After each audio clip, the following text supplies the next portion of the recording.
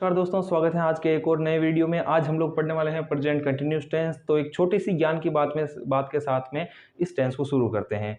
हाल ही के दिनों में आपने 10th और 12th के रिजल्ट देखे होंगे। काफ़ी बच्चे 90 प्लस कर रहे हैं और काफ़ी बच्चे हैं जो 60-70 के ऊपर ही अटक गए हैं। तो मैं दोनों ही टाइप के बच्चों को ये निर्देश देना चाहूँगा कि जो 90 प्लस हैं वो अत्यधिक खुश होने की आवश्यकता नहीं है, या फिर कह लो कि अगर अच्छी बात है, आपके जो प्रयास हैं उनको आप 12th के बाद भी जारी रखोगे तो ठीक है। और जो 60-70 वाले बच्चे हैं उनको ये मैं निर्देश देना चाहूँगा कि जो प्रतिशत हैं ये केवल यहीं तक मायने रहने वाले हैं। आगे आपके जो जॉब्स की तैयारी करोगे, आप गवर्नमेंट जॉब के लिए तैयारी करने वाले होंगे, तो यहाँ पर वहाँ पर कहीं पर भी आपको ये प्रतिशत नहीं पूछने वाले हैं। समझ में आई बात?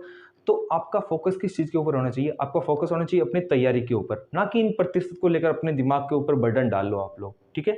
तो इस बात को ध्यान में रखना।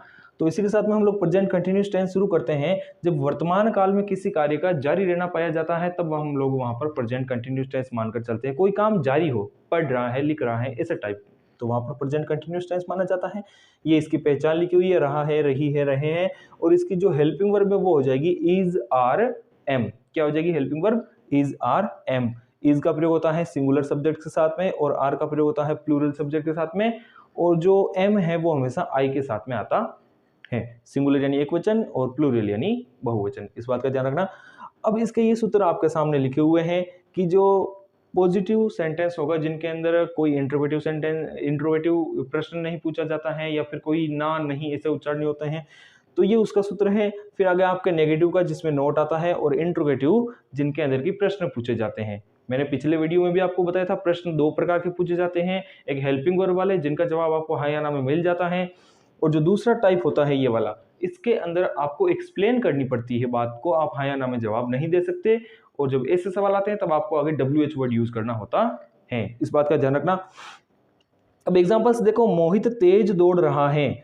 पॉजिटिव सेंटेंस का एग्जांपल लिया गया है, सब्जेक्ट आ गया है मोहित, हेल्पिंग वर्ब इज, फिर मेन वर्ब रनिंग का प्रयोग किया गया है। तो सूत्र के अनुसार क्रम में एक एक करके पॉइंट टू पॉइंट हम लोग आगे बढ़ रहे हैं। तो मोहित इज रनिंग फास्ट, ये इसका चेंज हो गया है।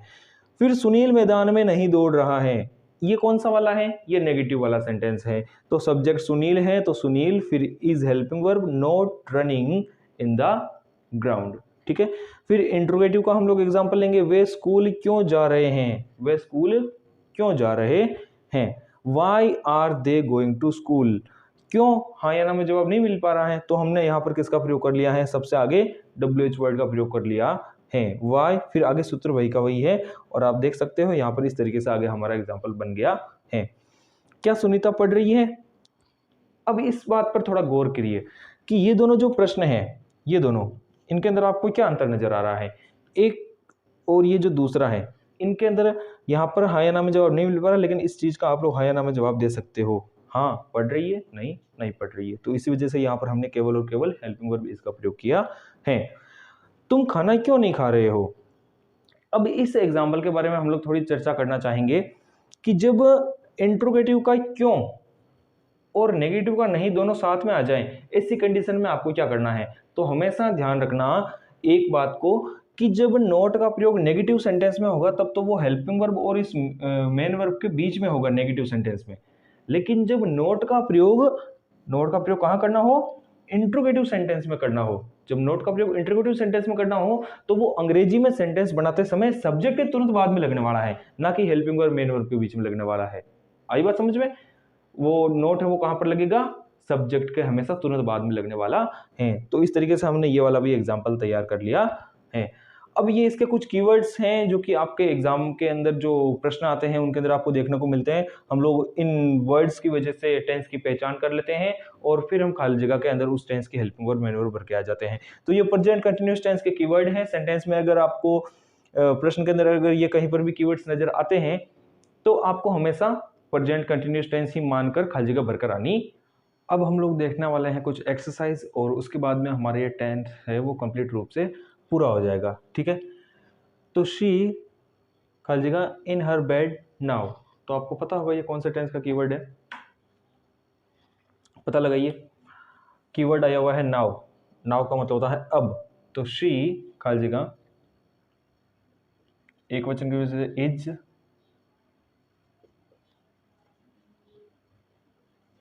She is sleeping in her bed now, वह अब अपने बिस्तर में सो रही है। अनुज अलॉट दीज डेज, अर्न का मतलब होता है कमाना। वीडियो को पॉज करके एक बार देख सकते हो कि कौन से ब्लैंकेट के अंदर कौन से ब्लैंक के अंदर, कौन से रिक्त स्थान के अंदर क्या भरा जाएगा। ठीक है, Anuj earn, Anuj is earning a lot these days, Anuj इन दिनों है वो बहुत पैसे कमा रहा है। शी खाली जगह क्लोज एट दिस टाइम, वह इस समय कपड़े नॉट वॉश नहीं धोना, तो नहीं धो रही है। She is not washing clothes at this time, खाली जगह यू। अब देखो खाली जगह यू के आगे खाली जगह रिक्त स्थान आई हुई है और पीछे भी यहाँ पर है। मतलब आपको ध्यान रखना है कि पैटर्न, अगर आपको सूत्र याद है तो आप पता लगा सकते हो कि इसके आगे हेल्पिंग वर्ब आती है, फिर सब्जेक्ट आता है।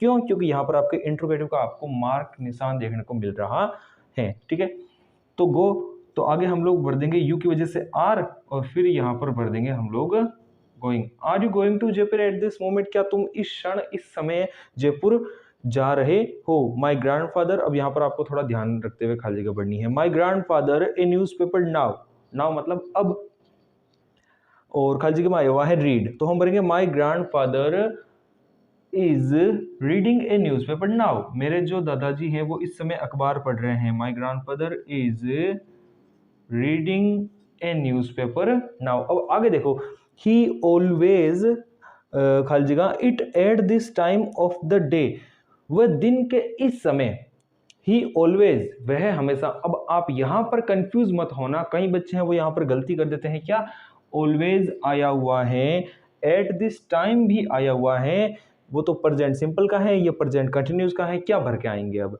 तो यहाँ पर सेंटेंस का भावार्थ समझो पूरे का, यहाँ तक सेंटेंस पूरा हो गया, इस बात को भूल जाओ आप लोग। ठीक है, वह हमेशा दिन के इस समय में अखबार पढ़ते हैं, ये क्या उनकी आदत नहीं है क्या? आप इस बात को गौर करो, वे दिन के इस समय में हमेशा अखबार पढ़ते हैं, वो दिन के इस समय में, तो ये उनकी आदत पाई गई है यहाँ पर। ठीक है, और आदतन कार्य जहाँ पर पाया जाएगा वहाँ पर क्या हम लोग किसका प्रयोग करेंगे? प्रेजेंट सिंपल टेंस के साथ में एक वचन की वजह से एस या ईएस का प्रयोग करेंगे, तो यहाँ पर आ जाएगा रीड्स, ये करेक्ट आंसर हो जाएगा। अगला एग्जाम्पल देखो, आई यूजुअली खाली जगह कॉफी बट टुडे आई खाली जगह मिल्क, इसमें क्या आ जाएगा? ड्रिंक। तो यूजुअली मैं सामान्यतः कॉफी पीता हूँ, भावार्थ क्या निकल रहा है? मैं सामान्यतः कॉफी पी रहा हूँ? नहीं, उच्चारण ही गलत मिल रहा है आपका। तो मैं सामान्यतः कॉफी पीता हूँ, यूजुअली आमतौर पर मैं क्या पीता हूँ? कॉफी। आई यूजुअली ड्रिंक, आई की वजह से यहाँ पर एस या एस नहीं लगने वाला है। अगर ही शी इट कुछ होते तो हम लोग यहाँ पर एस या एस जरूर लगा देते, लेकिन मैंने बताया था ना, ये अपवाद स्वरूप इसके अंदर माना जाएगा, बहुवचन वाले के अंदर। बट टुडे, लेकिन आज, इससे कुछ याद आ रहा होगा आपको कीवर्ड्स के अंदर, टुडे की वजह से हम लोग यहाँ पर प्रयोग करेंगे today I am drinking milk, today I am drinking milk. सामान्य तौर पर तो मैं हमेशा कॉफी पीता हूं, लेकिन आज मैं दूध पी रहा हूं। आई होप आपको ये वीडियो समझ में आ रहे होंगे। अगर कोई प्रॉब्लम हो तो आप कमेंट सेक्शन में मुझसे पूछ भी सकते हो। अगर वीडियोस पसंद आ रहे हैं तो वीडियो को लाइक ज़रूर करें, और अगर आपके सुझाव हैं तो आप भी कमेंट सेक्शन में दे सकते हैं कि वीडियोस में क्या सुधार किए जाने चाहिए, और पसंद आ रहे तो सब्सक्राइब जरूर कर दें। Thanks for watching.